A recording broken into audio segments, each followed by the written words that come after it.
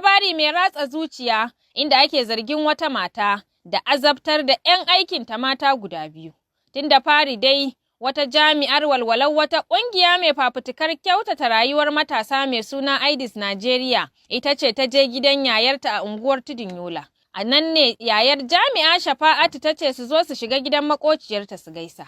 Bayan da suka shiga gidan ne sai suka tarar bata nan, sai wasu yara mata guda biyu, kuma duk jikinsu da miki. Bayan ta tambaye su ne suka shaida mata cewar ai uwar ɗakinsu ce take azabtar da su, wai dan kawai suna kallon mijinta.